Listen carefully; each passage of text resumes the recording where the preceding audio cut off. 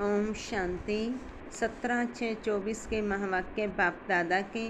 मीठे बच्चे, याद और पढ़ाई से ही डबल ताज मिलेगा, इसलिए अपनी एम ऑब्जेक्ट को सामने रख दैवी गुण धारण करो।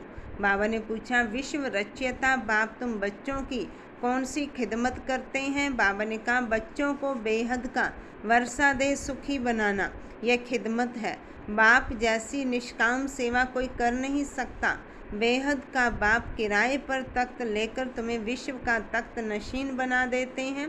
खुद ताउसी तख्त पर नहीं बैठते, लेकिन बच्चों को ताउसी तख्त पर बिठाते हैं।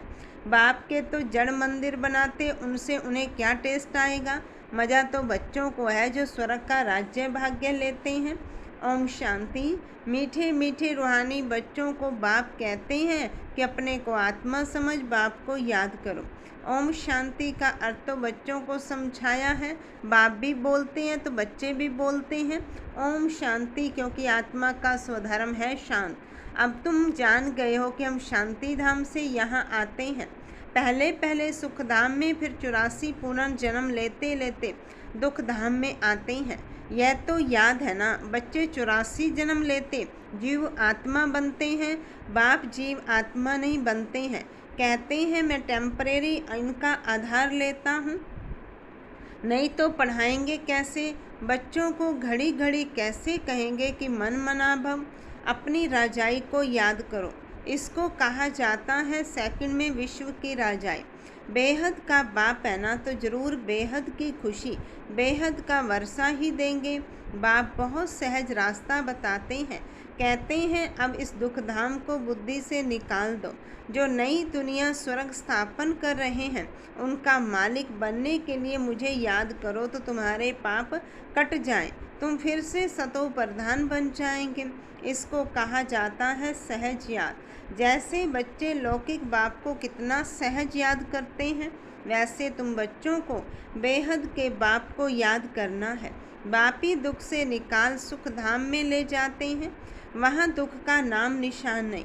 बहुत सहज बात कहते हैं, अपने शांति धाम को याद करो। जो बाप का घर वह तुम्हारा घर है, और नई दुनिया को याद करो, वह तुम्हारी राजधानी है। बाप तुम बच्चों की कितनी निष्काम सेवा करते हैं। तुम बच्चों को सुखी कर फिर वानप्रस्थ परम धाम में बैठ जाते हैं। तुम भी परम धाम के वासी हो। उसको निर्वाण धाम वानप्रस्थ भी कहा जाता है। बाप आते हैं बच्चों की खिदमत करने, अर्थात वर्षा देने। यह खुद भी बाप से वर्षा लेते हैं। शिव बाबा तो है ऊंचते ऊंच भगवान। शिव के मंदिर भी हैं। उनका कोई बाप व टीचर नहीं है। सारी सृष्टि के आदि मध्य अंत का ज्ञान उनके पास है। कहाँ से आया? क्या कोई वेद शास्त्र आदि पढ़े? नहीं। बाप तो है ज्ञान का सागर, सुख शांति का सागर। बाप की महिमा और दैवी गुणों वाले मनुष्यों की महिमा में फर्क है। तुम दैवी गुण धारण कर यह देवता बनते हो। पहले आसुरी गुण थे, असुर से देवता बनाना यह तो बाप का ही काम है। एम ऑब्जेक्ट भी तुम्हारे सामने है। जरूर ऐसे श्रेष्ठ कर्म किए होंगे। कर्म अकर्म विकर्म की गति अथवा हर बात समझाने में 1 सेकंड लगता है। बाप कहते हैं मीठे मीठे बच्चों को पार्ट बजाना ही है। यह पार्ट तुमको अनादि अविनाशी मिला हुआ है। तुम कितना बारी सुख दुख के खेल में आए हो, कितना बार तुम विश्व के मालिक बने हो। बाप कितना ऊंच बनाते हैं। परमात्मा जो सुप्रीम सोल है, वह भी इतना छोटा है। वह बाप ज्ञान का सागर है, तो आत्माओं को भी आप समान बनाते हैं। तुम प्रेम के सागर, सुख के सागर बनते हो। देवताओं का आपस में कितना प्रेम है, कभी झगड़ा नहीं होता। तो बाप आकर तुम्हें आप समान बनाते हैं, और कोई ऐसा बना ना सके। खेल सूक्ष्म वतन में होता है। पहले आदि सनातन देवी देवता धर्म, फिर इस्लामी बोधि आदि नंबर वार इस मांडवे में व नाटकशाला में आते हैं। 84 जन्म तुम लेते हो। गायन भी है आत्माएं परमात्मा अलग रहे बहुकाल। बाप कहते हैं मीठे मीठे बच्चों, पहले पहले विश्व में पार्ट बजाने तुम आए हो। मैं तो थोड़े समय के लिए इनमें प्रवेश करता हूँ। यह तो पुरानी जुत्ती है। पुरुष की एक स्त्री मर जाती है तो कहते हैं पुरानी जुत्ती गई, अब फिर नई लेते हैं। यह भी पुराना तन है ना। 84 जन्मों का चक्र लगाया है तत्त्वम, तो मैं आकर इस रथ का आधार लेता हूँ। पावन दुनिया में तो कभी मैं आता ही नहीं हूँ। तुम पति तो मुझे बुलाते हो कि आकर पावन बनाओ, आखिर तुम्हारी याद बलिपूत होगी ना। जब पुरानी दुनिया खत्म होने का समय होता है तब मैं आता हूँ। ब्रह्मा द्वारा स्थापना, ब्रह्मा द्वारा अर्थात ब्राह्मणों द्वारा। पहले चोटी ब्राह्मण फिर क्षत्रिय, तो बाजोली खेलते हो। अब देह अभिमान छोड़ देही अभिमानी बनना है। तुम 84 जन्म लेते हो, मैं तो एक ही बार सिर्फ इस तन का लोन लेता हूँ, किराए पर लेता हूँ। हम इस मकान के मालिक नहीं हैं, इनको तो फिर भी हमें छोड़ देंगे, किराया तो देना पड़ता है ना। बाप भी कहते हैं मैं मकान का किराया देता हूँ, बेहद का बाप है, कुछ तो किराया देते होंगे ना। यह तख्त लेते हैं तुमको समझाने लिए, ऐसा समझाते हैं जो तुम भी विश्व के तख्त नशीन बन जाते हो। खुद कहते हैं मैं नहीं बनता हूँ, तख्त नशीन अर्थात ताउसी तख्त पर बिठाते हैं। शिव बाबा की याद में ही सोमनाथ का मंदिर बनाया है। बाप कहते इससे मुझे क्या टेस्ट आएगी, जड़ पुतला रख देते हैं। मज़ा तो तुम बच्चों को स्वर्ग में है, मैं तो स्वर्ग में आता ही नहीं हूँ। फिर भक्ति मार्ग जब शुरू होता है तो यह मंदिर आदि बनाने में कितना खर्चा किया, फिर भी चोर लूट ले गए। रावण के राज्य में तुम्हारा धन दौलत आदि सब खलास हो जाता है। अभी वह ताउसी तख्त है। बाप कहते हैं जो हमारा मंदिर बनाया हुआ था वह मोहम्मद गजनबी आकर लूट ले गए। भारत जैसा साल्वेंट और कोई देश नहीं, इन जैसा तीर्थ और कोई बन नहीं सकता। परंतु आज तो हिंदू धर्म के अनेक तीर्थ हो पड़े हैं। वास्तव में बाप जो सर्व की सदगति करते हैं, तीर्थ तो उनका होना चाहिए। यह भी ड्रामा बना हुआ है, समझने में बहुत सहज है, परंतु नंबर वार ही समझते हैं, क्योंकि राजधानी स्थापन हो रही है। स्वर्ग के मालिक यह लक्ष्मी नारायण हैं। यह है उत्तम से उत्तम पुरुष, जिनको फिर देवता कहा जाता है। दैवी गुण वाले को देवता कहा जाता है। यह उच्च देवता धर्म वाले प्रवृत्ति मार्ग के थे। उस समय तुम्हारा ही प्रवृत्ति मार्ग रहता है। बाप ने तुमको डबल ताजधारी बनाया, रावण ने फिर दोनों ही ताज उतार दिए। अब तो नो ताज, न पवित्रता का ताज न धन का ताज, दोनों रावण ने उतार दिए। फिर बाप आकर तुमको दोनों ताज देते हैं। इस याद और पढ़ाई से इसलिए गाते हैं ओ गॉड फादर हमारा गाइड बनो, लिबरेट भी करो। अब तब तुम्हारा नाम भी पंडा रखा हुआ है। पांडव कौरव यादव क्या करत भय, कहते हैं बाबा हमको दुख के राज्य से छुड़ाकर साथ ले जाओ। बाप ही सचखंड की स्थापना करते हैं, जिसको स्वर्ग कहा जाता है। फिर रावण झूठ खंड बनाते हैं। वह कहते श्री कृष्ण भगवानुवाच, बाप कहते शिव भगवानुवाच। भारतवासियों ने नाम बदल लिया तो सारी दुनिया ने बदल लिया। श्री कृष्ण तो देहधारी है, विदेही तो एक शिव बाबा है।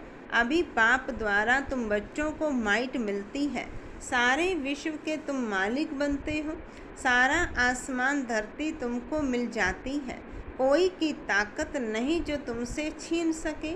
पौना कल्प उन्हों की तो जब वृद्धि होकर करोड़ों की अंदाज में हो तब लश्कर ले आकर तुमको जीते।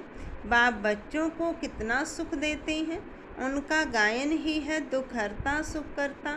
इस समय बाप तुमको कर्म अकर्म विकर्म की गति बैठ समझाते हैं। रावण राज्य में कर्म विकर्म बन जाते हैं, सतयुग में कर्म अकर्म हो जाते। अभी तुमको एक सतगुरु मिला है, जिसको पतियों का पति कहते हैं, क्योंकि वह पति लोग भी सब उसको याद करते हैं। तो बाप समझाते हैं ये कितना वंडरफुल ड्रामा है। इतनी छोटी सी आत्मा में अविनाशी पार्ट भरा हुआ है, जो कभी मिटने वाला नहीं है। इनको अनादि अविनाशी ड्रामा कहा जाता है। God is one. रचना अथवा सीढ़ी और चक्र सब एक ही है। ना कोई रचता को ना रचना को जानते।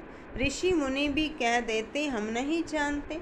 अभी तुम संगम पर बैठे हो, तुम्हारी माया के साथ युद्ध है, वह छोड़ती नहीं है। बच्चे कहते हैं बाबा माया का थप्पड़ लग गया। बाबा कहते हैं बच्चे की कमाई चट कर दी।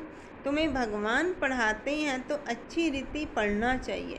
ऐसी पढ़ाई तो फिर 5000 वर्ष बाद मिलेगी। अच्छा मीठे मीठे सिक्की लदे बच्चों प्रति माता पिता बाप दादा का याद प्यार और गुड मॉर्निंग। रूहानी बाप की रूहानी बच्चों को नमस्ते। हम रूहानी बच्चों की रूहानी बाप दादा को नमस्ते। नमस्ते बाबा नमस्ते। धारणा के लिए मुख्य सार। पहली पॉइंट, इस दुखधाम से बुद्धि योग निकाल नई दुनिया स्थापन करने वाले बाप को याद करना है, सतो प्रधान बनना है।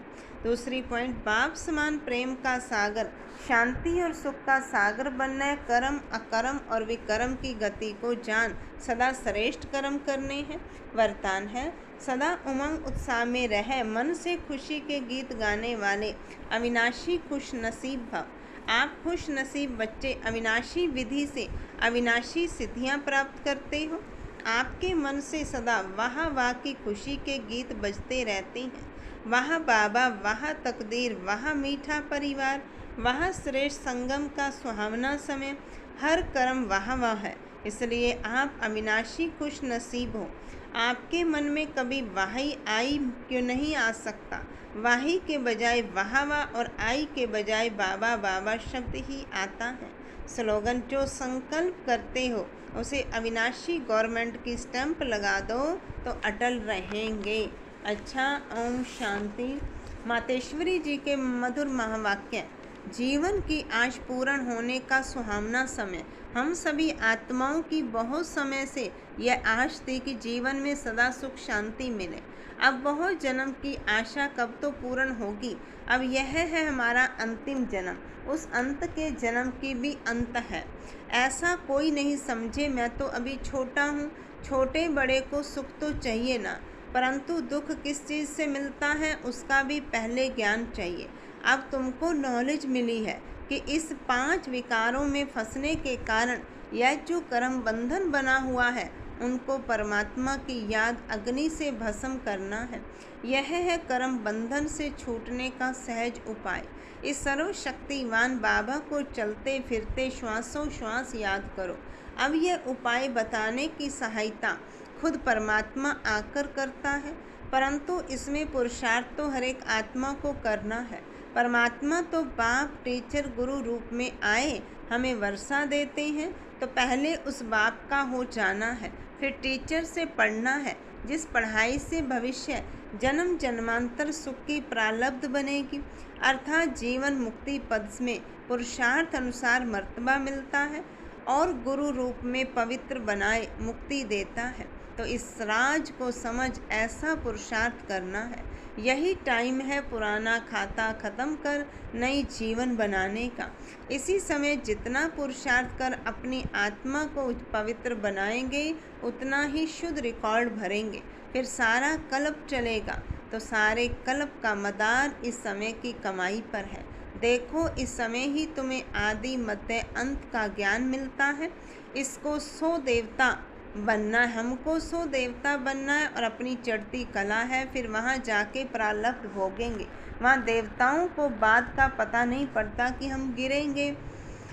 अगर ये पता होता कि सुख भोगना फिर गिरना है तो गिरने की चिंता में सुख भी भोग नहीं सकेंगे। तो यह ईश्वरीय कायदा रचा हुआ है कि मनुष्य सदा चढ़ने का पुरुषार्थ करता है, अर्थात सुख के लिए कमाई करता है। परंतु ड्रामा में आधा आधा पार्ट बना पड़ा है, जिस राज को हम जानते हैं। परंतु जिस समय सुख की बारी है तो पुरुषार्थ कर सुख लेना है। यह है पुरुषार्थ की खूबी। एक्टर का काम है एक्ट करने समय संपूर्ण खूबी से पार्ट बजाना, जो देखने वाले हेयर हेयर वाह वाह करें। इसलिए हीरो हीरोइन का पार्ट देवताओं को मिला है, जिन्हों का यादगार चित्र गाया और पूजा जाता है। निर्विकारी प्रवृत्ति में रह कमल फूल अवस्था बनाना, यही देवताओं की खूबी है। इस खूबी को भूलने से ही भारत की ऐसी दुर्दशा हुई है। अब फिर से ऐसी जीवन बनाने वाला खुद परमात्मा आया हुआ है। अब उनका हाथ पकड़ने से जीवन नैया पार होगी। अच्छा, ओम शांति।